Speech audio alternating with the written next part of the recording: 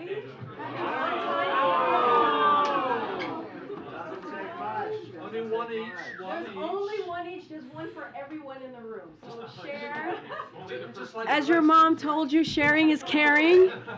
So share. Are you asking us to be your Valentine? I mean, I'm open. I have a slot. Happy. The question is, do you want to be my Valentine? I don't know about that. All right, I do have to give credit to Robbie. He's the one who got the cookies. So thank you, Robbie. He comes in for the cookies. Turkey Day, whatever, Thanksgiving Day, he got cookies. Anyway, good afternoon, everybody. Happy Valentine's Day, happy Galentine's Day, happy anti-Valentine's Day, however you celebrate. We appreciate you and we welcome you. So as many of you saw, the Super Bowl was a great game. While the First Lady and I were rooting for Jalen Hurts and the Eagles, as you all know, I do want to congratulate Kansas City on their big win. And a bet is a bet. I'm not sure if any of you were following this. I did get into a bet with Representatives Davids and Cleaver. So they have some Philly cheesesteaks coming their way from me. But please don't tell the First Lady. Shh, don't let her know that I'm sending them Philly cheesecake. But on a more solemn note, we did want to address a couple of things. The day today, yes, it's Valentine's Day, but it's also a day that we commemorate what happened 5 years ago and also what we saw transpire last night. So this morning, the president addressed the epidemic of gun violence that continues to devastate American communities. Today marks 5 years since a gunman took the lives of 14 students and 3 educators at the Marjory Stoneman Douglas High School in Parkland, Florida. And once again, our country is mourning 3 Michigan State University students who were killed in a shooting last night. Today, the President and the First Lady are praying for these young victims and their families, the broader East Lansing and Lansing communities, and all Americans across the country grieving as the result of gun violence once again. We are especially thinking of all of the injured victims who are fighting for their lives today, as well as the survivors of the shooting. During a lengthy, active shooting situation, they feared for their lives. They will carry that experience with them through the years ahead. And as the president said today, is enough, enough. The president has taken action to combat the epidemic of gun violence in America, including a historic number of executive action, but he believes more work needs to be done. Last year, the president signed the first significant gun safety law in nearly 30 years, the Bipartisan Safer Communities Act. Today, the U.S. Justice Department is taking another important step to implement that law, awarding more than $231 million for 49 states and territories to create and implement crisis intervention projects like Red Flag programs, mental health and substance use treatment courts, and veterans treatment courts as well. This funding will reduce gun violence and save lives. The president has long championed red flag laws, which could potentially have stopped shooters in Parkland and other tragedies. These laws allow family members, healthcare providers, school officials, and law enforcement officers to seek a court determination that a person is a danger to themselves or others, and then temporarily prevent that person from accessing a firearm. Recognizing the importance of ensuring that these red flag laws are used effectively, today's announcement also gives states funding to educate the public about extreme risk protection orders and to train law enforcement and other officials about this intervention. The president also continues to call on Congress to act common sense gun law reforms, including requiring background checks on all gun sales, banning assault weapons and high-capacity magazines, and eliminating immunity for gun manufacturers who knowingly put weapons of war on our streets.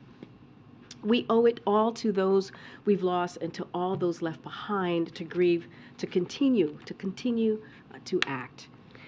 Now, you've often heard the president talk about giving families a breathing room. He said it today at the NACO legislative conference that you all just heard him speak at, and some of you may have been there.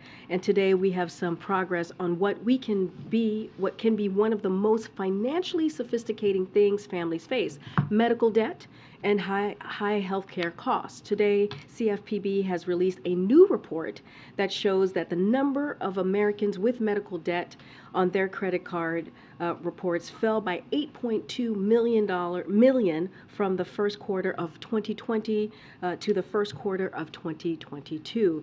The actions our administration has taken, including strengthening the Affordable Care Act to expand health insurance coverage to millions more Americans, and enacting new consumer protections, played a critical role in reducing the burden of medical debt for millions of American families. With that, Josh, I say this all the time.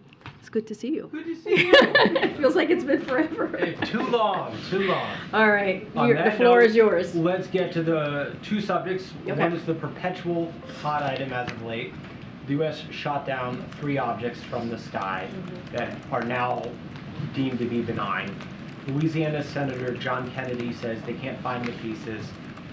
Should the U.S. have waited before shooting, and what are the protocols going to be going forward? So I'm going to take your last question first. As you know, the president has asked Jake Sullivan to oversee a interagency team that was created so that we can figure out the protocols on how to move forward when and if this occurs again. And so I believe my colleague from the National Security Council, the Admiral, spoke to this moments ago at 10 o'clock during his gaggle and talked about how we'll have more protocols to share later this week. So there is, again, a interagency team that's going to look at this process, look how we track, look how we decide to take action, and see if there's anything else that needs to be done. So there will be updated protocols, if you will, by the end of this week. So that's that question. The first one, look, you know, and again, you've heard from Secretary Austin on this, you've heard from DOD on this, you've heard from my National Security Council colleagues. Again, as you all know, the objects that were shot down were in the civilian airspace, kind of flying low elevation, and so it was shot down. They were shot down because of we were taking abundance of caution. We wanted to make sure Americans were safe. We wanted to make sure that the civilian aircraft flying above in our airspace were safe, and that's why they were taken down. The 3 objects, as you all know, they are now being recovered. The weather conditions have prevented for the Pentagon to go out there and get those objects, but we're going to continue to try. We're going to continue to be vigilant on getting the debris. But in the meantime, as you just mentioned, the benign statement, the intelligence community did say that they are considering or looking at this to be potentially benign. But of course, we want to make sure that we get the objects so we can actually, or the debris from the objects, just to be more clear, so we can get a sense of what the objects were for certain. And then secondly, on CPI, numbers came out today that show a monthly decline in real wages as well as an annual decline in real wages. Administration officials have said growing real wages is an important marker for the economy. How do you view the setback in today's numbers? So a couple of things. I do want to say that what we have said many times is that we believe that the president's economic plan is indeed working, and it's giving people a little breathing room. You heard me say this at the top, how we have seen, the plan actually working. We're seeing inflation moderate just a bit as we've seen the last couple of months, and that is important. And the way that we see things moving forward, we believe that it is important to continue to work, to finish the work that the president has started, and that's what you heard from him very explicitly just a couple of days ago, just last week when he talked about the State of the Union and how he sees the economy and the progress moving forward. So two things on the wages, as you're asking me specifically on those pieces as it relates to the data. Real wages are indeed up over the last 7 months, which is important since trends are always more useful than 1 month's data, as you know. I know this is something that you follow closely, Josh. And the second thing is real weekly earnings are up over the last month. So we continue to make progress fighting inflation. As the president said earlier today, his unwavering focus is on continuing to lower costs for families, and that's going to be our focus. We're going to continue to do that. That's why the Inflation Reduction Act is so critical, is so important, and we're going to continue to fight for the American people and meet them where they are. Good. Thanks, Karine. Going back to the intelligence community's conclusion, what led them to conclude that these objects could very well be benign? So, not going to get into the kind of the intelligence community process. What I can say is that they are considering. There's strong consideration that these objects are indeed benign, but just not going to get ahead of their process here.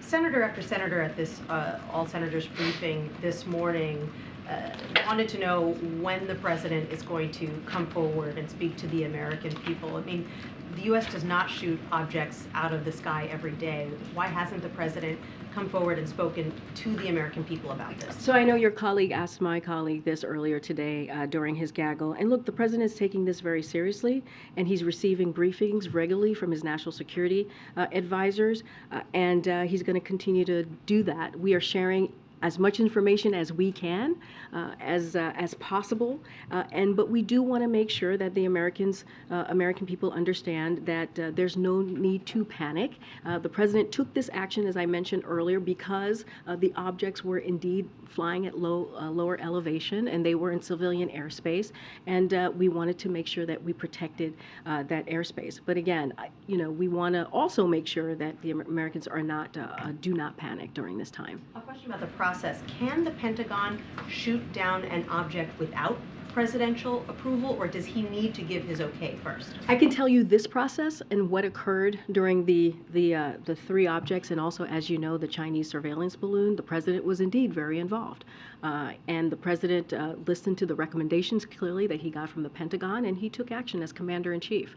I don't have anything further beyond that on any other protocols or how it's normally done, but I can say we also the standing up of this interagency team is going to help provide us, give us some additional protocols on how to move forward on these issues. And then just a question about the salvage operation. I know that the teams haven't been able to get to the debris yet.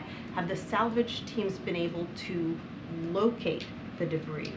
That's a really good question. I would have to refer you to the Pentagon on this, on the specifics, if they've been able to locate it. What we know is the weather conditions have indeed prevented them in these three locations to actually retrieve the debris. But again, there's intensive operation underway. We want to make sure that we get the debris from the object. We believe that it's important for us to do that. The president believes it's important to do that. Just don't have anything further on that. Okay. Not to belabor this point, but on the criticism of coming from lawmakers that the president hasn't spoken out more on this, should we expect to hear from him at some point, or is part of the reason that we're not hearing from him because, as you said, people shouldn't be panicking? Is there a concern that the president? I don't have any announcement or anything to preview on a potential remarks by the president. What we're trying to do here is provide as much information as we can. The president clearly has been briefed on a regular basis on this, on a daily basis, on what has occurred in the last 10 days or so. But I just don't have anything to preview as to if the president's going to be speaking on this in the upcoming days. And on another issue, on gun violence in this country, the president again today is calling for Congress to pass an assault weapons ban. We heard him make that same argument rather passionately during his State of the Union address. Beyond using his bully pulpit, what is the president or this White House doing behind the scenes, especially since the State of the Union? I mean, have there been meetings with stakeholders, calls with lawmakers? I think Americans, want to know if there's more to this beyond just sort of talk and keeping it up publicly. So look, the president's not going to give up on this, right? He's going to keep at it. He's going to make sure that we keep the American people, American families, American communities safe. Now, if you remember, if you look at the last 2 years, this is a president that deserves a lot of credit. We've gotten a lot of things done. If you think about the executive actions that he took, more executive action than any president at this time, that's because he took this seriously. And he's changed the conversation, the landscape on how we talk about gun violence. And this is not just the last couple of years. This has been since he was senator. We talked about the assault weapons ban. He did that in partnership with Senator Feinstein. And let's not forget, when that got passed, we saw gun violence go down significantly. So all of that matters. And we just announced for what the funding from DOJ as it relates to red flags. And as we know, when that is enacted, with the more than $231 million in grants, is going to help cities and states across the country. Because when you enact the red flag laws, we hear from lawmakers, we hear from state officials that it actually can save lives. It actually can work. And so all of these steps are crucial. They're important. This is a president that has been a long time champion when it comes on fighting gun violence. And so look, we're not going to stop. We're going to continue. But I would happily argue, and I think many others would agree with me and would agree with us, that this is a president that has done more on this issue than many other elected officials. It obviously was a very different political environment when the assault weapons ban was passed many years ago. When you say the president's, you're keeping at it, what does that look like? Because in reality, I think we all know, an assault weapons ban doesn't really seem realistic right now. Well, as you know, I mentioned at the top that there was a bipartisan, as you know, the Community Safety Act that was passed. Many people said that wouldn't happen. And 30 years later, after 30 years, we were able to get that done. So he's going to reach out. We're going to reach out to those very members, those congressional members in Congress, and see what's the next step that we can take. But again, we have the votes on our side. The Democrats have the votes on our side to get this done. So Republicans have to meet us at the table and get this done. Thanks, Karine. I just looked at this, but the timeline in terms of the interagency group agreeing on protocols or having a better idea on protocols, what is that exactly, and will those be published, will it be public, will they be talked about or presented? You'll definitely hear from us when those protocols are completed or laid, and we'll lay those out. I believe my colleague mentioned later this week, you'll hear what those protocols look like from this interagency team, and so we'll have more to share by the end of the week. And then if these objects are benign, is there any concern that there was an overreaction in terms of shooting them down? So I'm not gonna get ahead. I'm not gonna get ahead of what what is actually the final word on this. What we know is the intelligence community is considering as a leading explanation that these could be tied to commercial or research entities and benign. That is something that the intelligence community has looked into. But again, we got to get the debris from the objects that we're trying to we're trying to get out of the locations. Again, because due to the weather condition, it's been very difficult. But clearly, that is a priority as well. And just one last one on CPI. It's the 7th straight month of a deceleration, but the trend line is moderated a little bit in terms of the overall cooling. Is there any concern that this is a month or this is a PRIT that raises some alarm that maybe some of the progress you guys thought was on a steady pathway isn't? So a couple of things that I do want to, some top lines that I want to read out. The annual inflation fell for seven straight months. Inflation came down for groceries and food at home last month. Gas prices are down about $1.60 from their peak. Real wages are up, as I mentioned moments ago, over the last 7 months for working families, even as unemployment remains at its lowest level since 1969 and job growth remains resilient, with more than 500,000 created last month. And we have to remember what the Fed Chair Powell said just last week. The labor market is strong because the economy is strong, and that is an important piece to note. Look, there's still more work to do. You hear us say that often, and there's more work to do as we try to get to a transition of more stable and steady growth. And there are going to be setbacks along the way. We realize that, but there are some good data points here that we feel that it's important to point out, as I just laid out before you. But again, and I've mentioned this before, one of the president's priorities as it comes to the economy is to do everything that he can to lower costs for families, which is why when you talk about junk fees, you've heard the president talk about junk fees recently. That is important to Americans in order to make sure that they are getting lower costs, right? You think about Inflation Reduction Act, you think about creating manufacturing jobs, you think about what he's done to lower the deficit by $1.7 trillion. And he talked about just last week in the State of the Union that his budget that he's going to put forth on March 9th is going to show how he's going to continue to lower the deficit by another $2 trillion. Not going to get ahead of the budget, but that is something that the president is very much top of mind, is how to be fiscally responsible. Karine, happy Valentine's Day. Happy Valentine's Day. Cookies. Have any private companies or research institutes contacted the U.S. government in any form to say that one of their flying objects is missing? No, we have not yet been Has contacted. the U.S. done anything to reach out to companies that could operate similar sized flying objects either here in the U.S. or elsewhere? I don't have anything to preview or report on that. Then I guess there's the sense that, you know, if this belongs to somebody, if it is benign, obviously it remains a possibility. You'll know more when you find this in the Yukon and elsewhere.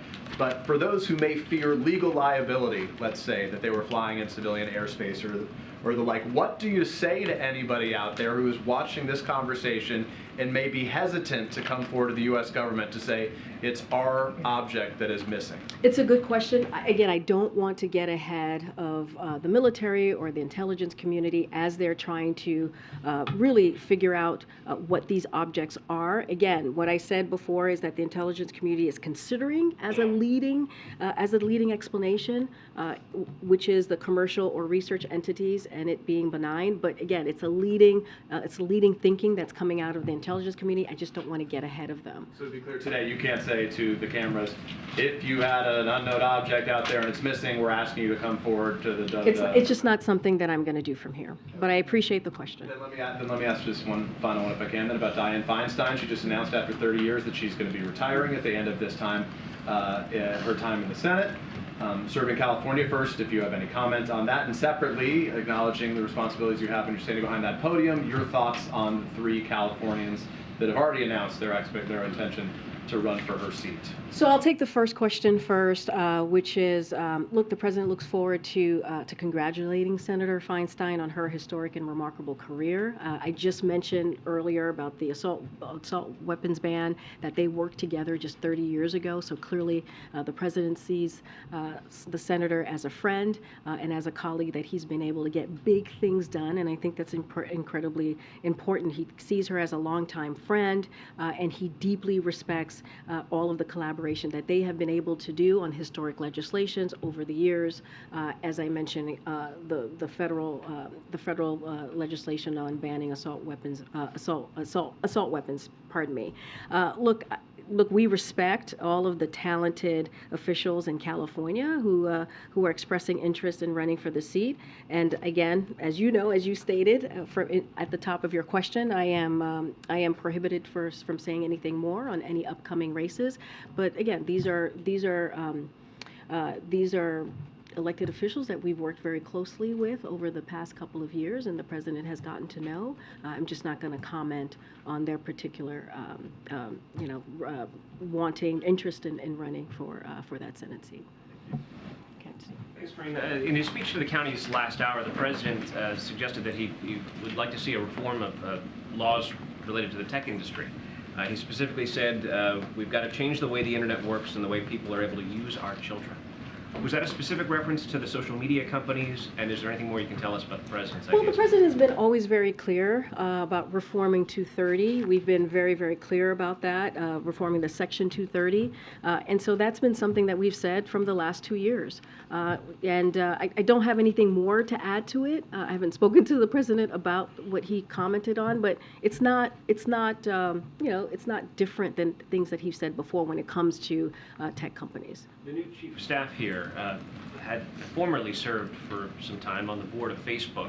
If there is going to be a discussion here about social media reform, will Jeff Zients be a part of that process, or will he remove himself from those discussions? Look, I don't have any conversation or any planning or policy to put forth before you and kind of lay out on what we're going to do on any tech company, so I'm just not going to get ahead of myself or really speak to a hypothetical. What I can speak to is what the president said. It is not uncommon, it is not unusual. He has said it for the last 2 years, and I'll just leave it there.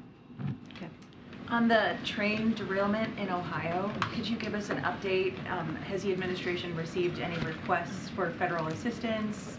And then also, is the White House confident in the way that the authorities in Ohio are handling it and the way the railroad is handling it? So I'll say this, I'll take your last question first, which is EPA is working hand in glove with the state of Ohio, and we think that's really important. The administration has been in close touch with local officials to ensure that they have what they need and their needs are being met. So that's that second question that you asked. I have a couple of things that I do want to share about what EPA has been doing on the ground. They've been on the ground on site since February 4th. They're clearly closely monitoring the situation in East Palestine, and our top priority is, of course, the health and safety of the community. Since February 4th, EPA has been leading air quality testing and supporting Ohio EPA with surface and groundwater testing. The National Transportation Security Board has also been on site for over a week to lead the investigation into the cause of the derailment, and the EPA will continue to conduct 24/7 air quality monitoring throughout East Palestine community in the days to come. EPA is making information available via their agency website. And on the water, I know there's been question about the water. EPA will continue to support Ohio EPA surface and groundwater sampling efforts to ensure drinking water is indeed safe. Again, the EPA is closely monitoring this and trying to do their best to meet the community to meet the needs, I should say, of the community. So no concerns at this point about the way it's being handled? Again, we are working hand in glove right at this moment with the state of Ohio. The administration has been in close touch with local electeds on the ground to make sure that their concerns are being met. Okay. This might seem like a silly question, but does debris actually exist? Is the U.S. government confident that there is debris from these objects, or were they destroyed in the process of being taken down? From what I understand, and the Department of Defense and the Pentagon clearly would know more specifics on this, there is debris out there, and we're trying to have an intensive operation to get that debris from the objects. But I would refer you directly to the Pentagon. When the interagency review is done, will Jake Sullivan come here to brief? Calling Jake. I don't have anything to read out to you on who would be joining if that were to occur later this week. And we're saying that we'll have information. I just don't have anything else to share beyond that. Okay. Thanks, Karine. 2 questions. Do you know anything about the timing of the report from the physician after the president completes his physical? And the other question is, do you have any information on what other foreign leaders he might meet in Poland beyond the eastern flank leaders and President Duda? Yeah, so as you just mentioned, President Duda, he'll be meeting with him. We'll have more to share as we get closer to the trip. I just don't have anything specific to share about additional meetings, but we kind of laid out what we were expecting on the front end. I just don't have anything on the front end of the announcement. Don't have anything more to share. But of course, as you know, as we normally do, we will share more as we get closer to the date. So I know many people were asking if the physical was still happening because we didn't have it in the week ahead. We don't normally put, as you know, when we did it in 2021, it was not on the week ahead or on the schedule, so that's why it wasn't there. The physical is indeed going to happen on Thursday. There have been no changes, and you can expect a memo from the physician will be released publicly in the same manner as it was in 2021. So we will do our best to get that all to you. Again, we want to be transparent. We want to make sure you have the information, and it will be coming from the physician. So it'll be the same way we did it in 2021. We'll do it in the same way this time around. Okay. Thank you. The president spoke with Prime Minister Modi earlier today. Could you tell what they talked about? And has the president invited the Prime Minister to the White House this summer? And on a lighter note, is the president celebrating the Valentine's Day? Okay, so I'll take the easy question. I have a readout of Modi call. So as you mentioned, the president spoke with the Prime Minister of India earlier today. They discussed the historic agreement for Air India to purchase over 200 American-made aircraft from Boeing. President Biden noted how the sale will support over 1 million American jobs across 44 states and help Air India meet growing demands for air transportation in India.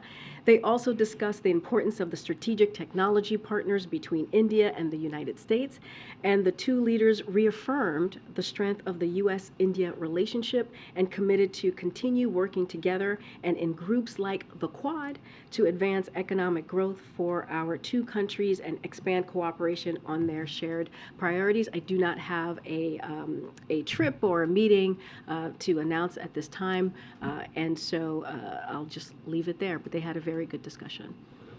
Go ahead. Valentine's. I'm sure he'll be celebrating Valentine's Day. I'm not going to get into what the president's going to be doing on a personal matter, but go ahead. Okay, Thursday, President Biden is hosting the screening of the Till movie. Yeah. And he signed a historic piece of legislation and made it into law, anti-lynching, the first time ever in this nation for an anti-lynching bill to be signed into law. 67 years after Emmett Till was killed, lynched in Mississippi. But the issue is the mother of Emmett Till sought for justice all of her life. She never received it. And the family of Emmett Till last week filed a lawsuit demanding that a Mississippi sheriff serve the arrest warrant for the woman who accused Emmett Till of whistling at her. What does the White House say about that as you signed this historic bill into law, and then also you're having the screening this week? So, as you know, when it comes to lawsuit or anything that involves, an investigation or something being looked into, I'm just not going to comment from here. So, just not going to get ahead of what's occurring with that lawsuit. So, just want to be very careful to not get involved in that.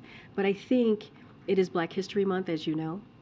I think the fact that the president is screening Till, the movie, an incredibly powerful movie that tells the life of this young man that was clearly murdered, that we've heard the story of over the past many decades, who helped, which his life, the murder of his life helped start the civil rights movement, helped ignite. It was one of the many things that helped ignite the civil rights movement.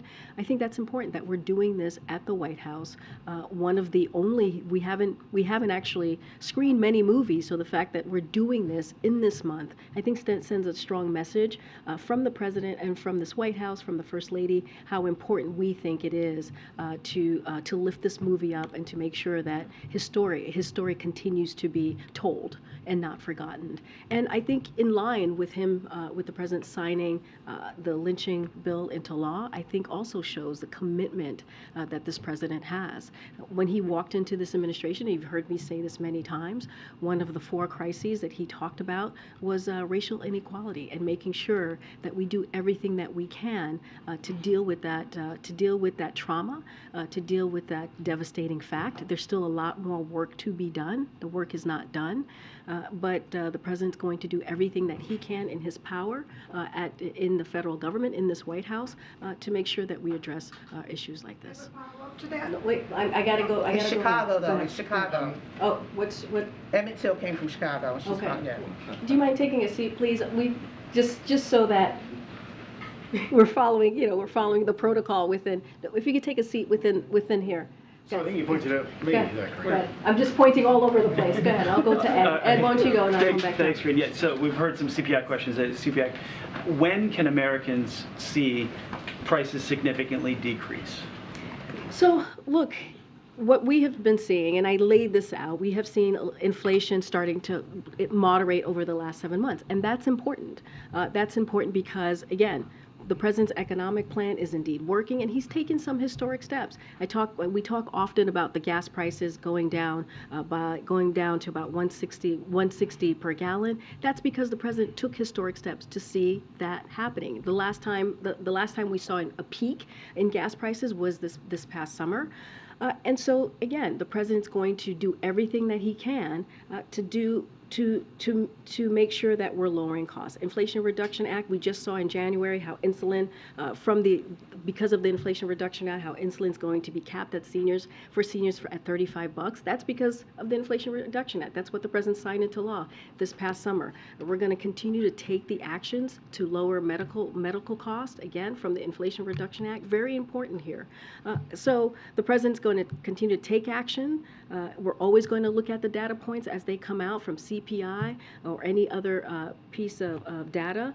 And we know there's still more work to be done to get it to that steady and stable growth, as you hear talk about. And sometimes there may be setbacks, but that's not going to prevent the president from doing everything that he can to lower cost. And we have seen that. I want to ask about the Phase 1 China trade deal. 3 years ago today, that Phase 1 trade deal went into effect, and China has basically ignored that deal since President Biden has gotten into office.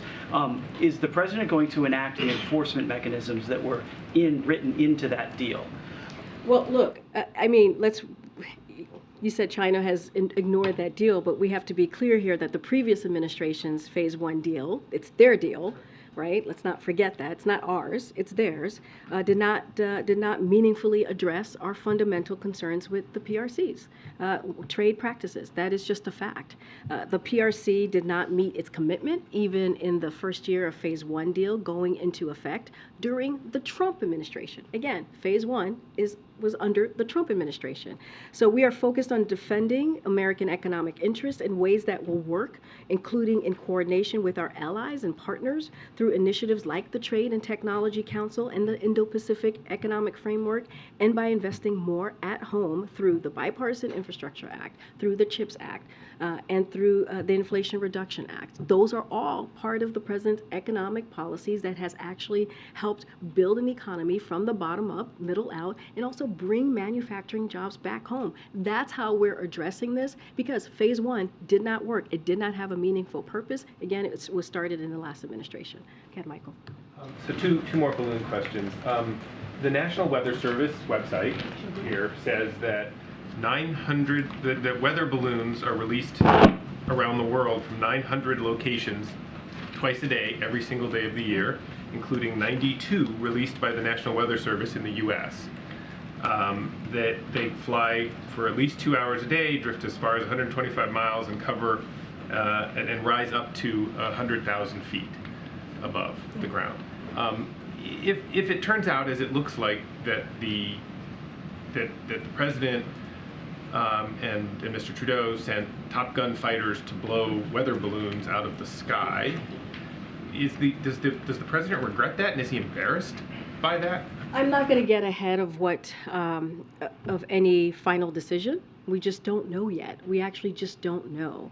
And as I've said, as my colleague has said from NSC, it is in consideration that could be the leading explanation here.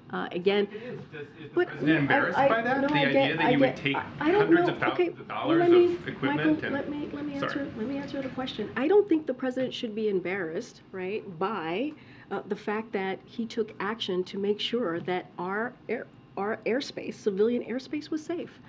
I don't think that he should. I'm sorry. I'm answering the question. I am answering the question, right? The president took action because we did see that these objects were in the airspace of civilian airspace, and so to protect the civilian airspace, the president took action. He took recommendation by the Pentagon to take that action. I don't want to get ahead of what will be the final analysis, right, of what the objects may have been or may not have been. So don't want to get into a hypothetical here.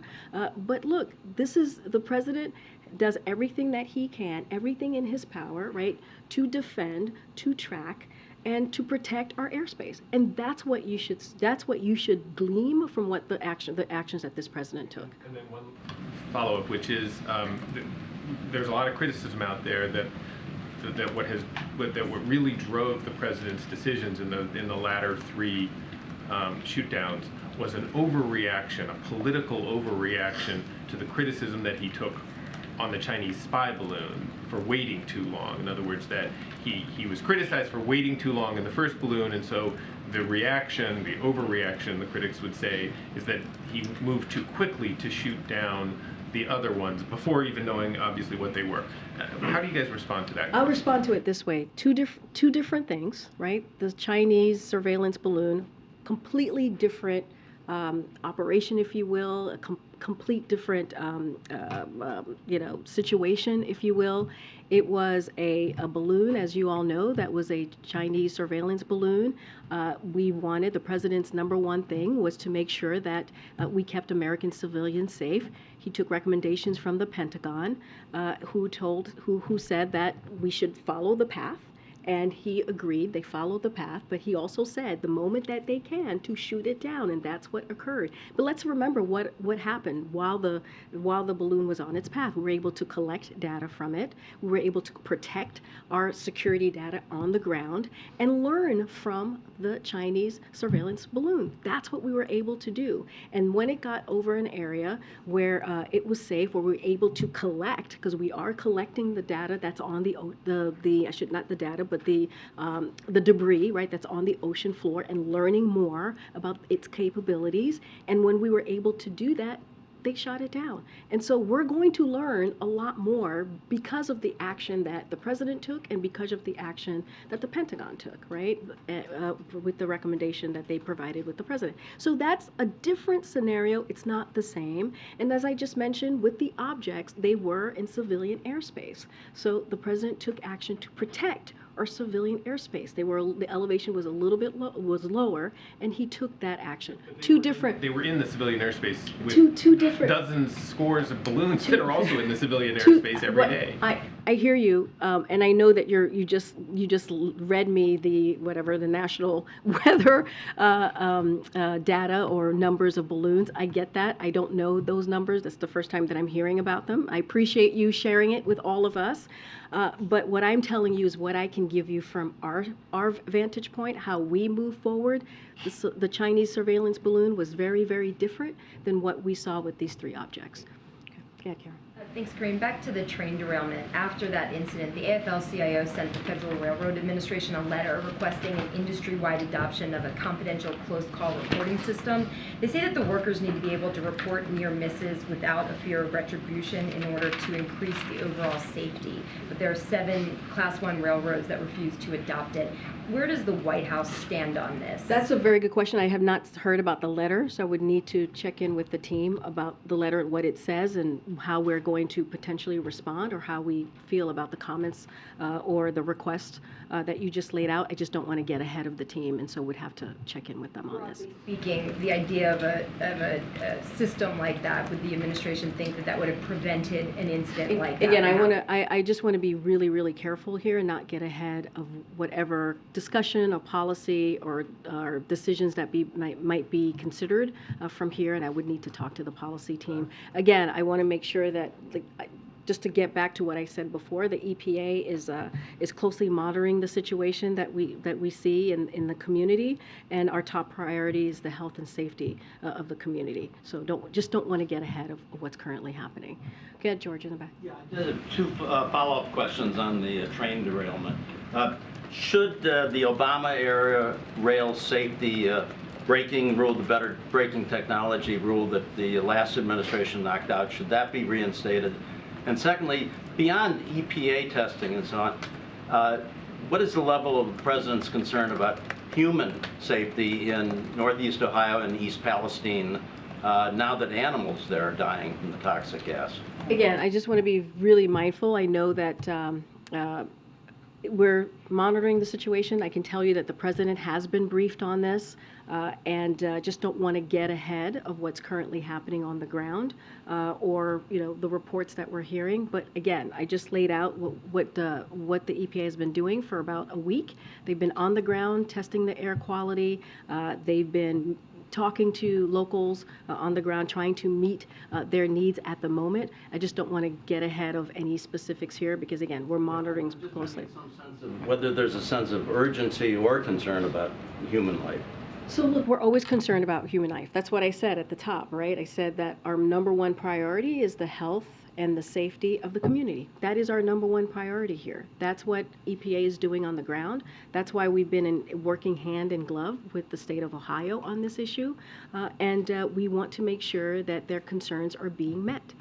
And that's what we're going to continue to do. That is how we see our role here in the federal government. Look, I can add a little bit more. FEMA continues to monitor the emergency and engage with State Emergency Operations Center. And right now there are no requests for federal assistance from FEMA. So I can let you know that piece.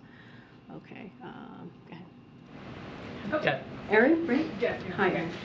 Can you say if the White House has any reaction to the censorship by the Indian Prime Minister of the documentary that was critical against him? Say that one more time. Can you say if the White House has any reaction to the documentary that the Indian Prime Minister censored? The BBC documentary? I don't have a reaction to that for you from here. Okay. Yeah. Thanks. Okay. Thank you, Karine. Just real quickly, when the interagency effort comes up with its recommendations later on this week, will you be releasing those to us or talking to us about them? So we will definitely have more to share later this week on that. I don't have a vehicle or how it's going to be shared to all of you, but clearly the President thought it was important to get this done. That's why he asked for this to be stood up, and that's why he asked for Jake Sullivan to run this process. I just don't have anything else. We will have more to share later this week. I just don't have like a vehicle on how that's going to occur. Is that part of what the President is waiting for and before he talks to the American people about this? No, I just don't have anything to read out or to share about a statement or remarks from the President. Again, he takes this very seriously. He's being kept updated on a regular basis on this, clearly, but just don't have anything to share. On the missile that missed over and is now at the bottom of Lake Huron, will there be a recovery effort? There was a Congressman, Chris Stewart, on the Intel Committee who expressed some concern that there's highly classified information on those missiles, even if it's been, rendered not armed anymore. I would refer you to the Pentagon. Go ahead, Chris. Does the President agree with my former Vice President Mike Pence's decision to resist a grand jury in the case of So you're going to love my answer. Because this is a criminal investigation, an ongoing investigation, I would refer you to Department of Justice, just not going to respond from here. But does he think that it's I hear your the question, proper Chris. thing to do? I hear the question. I'm just not going to respond from here. Great, thanks, Karine. Are there any plans for the President to address the country on gun violence, given the latest Michigan State mass shooting? So, I would go back to what I said earlier. I don't have anything to read out on or to speak to on any remarks about the latest shooting. The President and the First Lady, you saw a tweet from the President and the First Lady, their statement via tweet, speaking about the horrific actions that we saw and loss of life yesterday at Michigan State University. You saw that the President spoke to the Governor of Michigan just last night as soon as he was able to connect with her and offered any assistance that we could provide it. There's been some FBI law enforcement on the ground helping in any way that we can. And but I do want to say, and I've said this moments ago, is that this is a president that has been a leader on this issue, and he's been a leader on this for years and taken historic action to deal with a devastating gun situation that we're seeing across the country and communities. Again, I don't have any speech to speak to that might be coming up on the most recent gun violence, but this is something that the President takes very seriously. That's why he took executive action. This is somebody who takes it very seriously. That's why he was able to sign a bipartisan piece of legislation on gun violence that hadn't been done in 30 years very seriously, and we're going to continue to do that work. A number of gun safety advocates have been asking again for a national emergency to be declared. Is there any change there? I don't have anything to update you on that. Sorry? to the back. Go ahead. Can I ask about Iran and China? Iran's president is visiting with President Xi Jinping today. His delegation includes members of his trade, economy, and oil ministries. Does Washington see this as a failure of sanctions against Iran? And do you have any messages for Tehran and Beijing as they go into this meeting? So, look, we're aware of President Rossi's visit to the People's Republic of China. We aren't going to speculate on their conversation. You've heard me say that many times before. It's not something that we're going to speak to. We continue to engage with the PRC and other countries globally to encourage them to take steps to counter Iran's destabilizing activities. And so we'll continue to be vocal on that. Just don't have anything to speculate or to comment about their potential conversation. Okay. President Obama gave a national address from the Oval Office in 2010 to discuss the oil spill in the Gulf of Mexico. When fighter jets are shooting down unknown aerial objects over U.S. territory, doesn't that also warrant a national address from the president?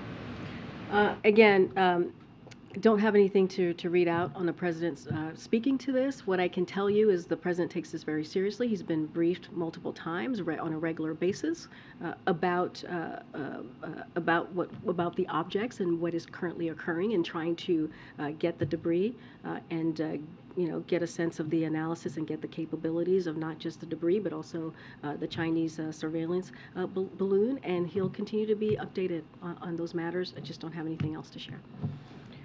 Go ahead. Thank you. I have two questions. And one of the benefits of asking questions this late in the briefing is that you don't have to be concerned with advancing the story incrementally of the day. You can just ask about sort of broader things. So with that in mind, first on the communications team, and then on the so-called culture wars. Where the president's communications are concerned, and I'm asking you because you work on his communications team and you're a professional communicator, there is obviously a variety of settings the president can employ: set pieces, impromptu remarks, teleprompter, no teleprompter, etc., etc. Is it the view of the president's communications team that he is equally adept in all settings in terms of communications, or are there some that play to greater strengths, some where he probably isn't as strong, etc.? I will tell you this: the president is the best communicator that we have in the White House. Go ahead. Go ahead. Right here. The question was on the so-called Okay. culture wars, if you would. I appreciate it. Sure. One of the most prominent themes that we hear from both elected Republicans and candidates has to do with what is called wokeism. And we hear about an anti-woke agenda. And this entire subject reminds me of what Supreme Court Justice Potter Stewart once said about obscenity, that he couldn't define it, but he knew it when he saw it. And so we hear so much talk about woke capitalism, a woke military, and so on. And by way of trying to clarify this for the American people, I wonder if we couldn't begin with a threshold question, to wit, is President Biden woke? So let me tell you what the president cares about and what's important to this president. The president doesn't concern himself about what Republicans are trying to do in creating political stunts, in making an issue out of the things that they feel benefits them politically, not the American people, not what matters to the American people, but what benefits them politically for their own ability to move forward. What the president cares about is exactly what I just talked about and what he talked about at the legislative conference, which is how are we going to continue to deliver for the American people. You heard him say that at the State of the Union. You heard him talk about how the economy has grown the last 2 years, the progress that we have made, and guess what? He wants to continue that progress. He wants to continue to move forward to make sure that we lower the deficit, which he did the first 2 years by $1.7 trillion, and be fiscally responsible. But he wants to work with Republicans on how we are going to continue to deliver, how we are going to build on the economic progress that we're seeing.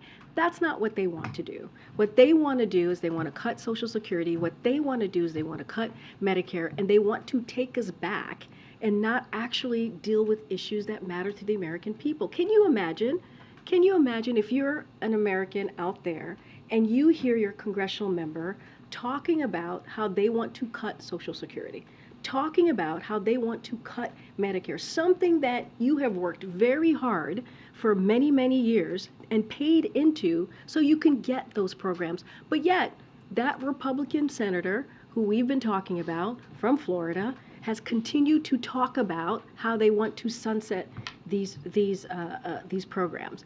That's not what we're about. We're about fighting for these programs, and that's what you're going to see from the president, and that's what he cares about. Go ahead. Thank you very much. I have a follow-up to April's questions about the TIL screening because, as you probably know, this is very important and a signature issue for Chicago. And I want to know then, if you're going to have anybody from the TIL family or the TIL orbit attend the screening, I know that when the bill was signed, it was almost a historic gathering of people who were cousins, relatives, and others associated with TIL. So we will have more to share on who will be attending that very important screening of TIL in just a day or two, I think on Thursday, I believe.